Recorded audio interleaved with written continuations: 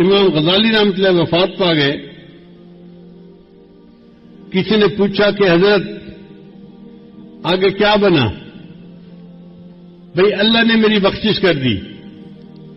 جی حضرت آپ کی بخشش تو ہونی تھی، آپ نے تو اتنی مزیدار کتابیں لکھی کہ پوری امت اس سے فائدہ پا رہی ہے. علماء ان کتابوں کو پڑھ کر درس دیتے ہیں اور لوگوں کو نیکی کی طرف اللہ کی طرف بلاتے ہیں. امام غزالی نے فرمایا وہ کتابوں کا تو مسئلہ پیش ہی نہیں ہوا، اس سے پہلے ہی اللہ نے بخشش کر دی. بھئی کس عمل پہ بخشش کی؟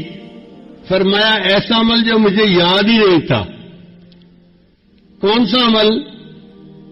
فرمان لگے کہ میں بیٹھا کتاب لکھ رہا تھا تو اس زمانے میں قلم دوات ہوتی تھی. سیاہی کے لیے قلم دوات میں ڈالتے تھے اور سیاہی لگا کر پھر لکھتے تھے.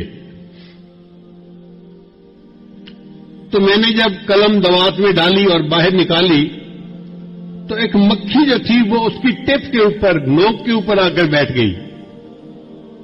تو میں نے سوچا کہ یہ پیاسی مکھی ہوگی، یہ پیاس بجھانا چاہتی ہے.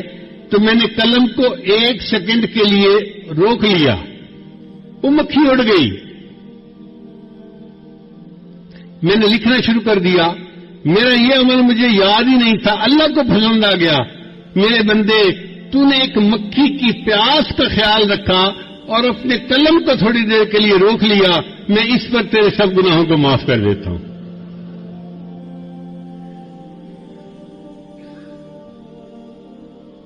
مجھے بہت چھوٹی عمر میں میرے والد صاحب نے ایک واقعہ سنایا. فرمان لگے کہ ہمارے علاقے میں ایک شیخ تھے جو ذمہ دار بھی تھے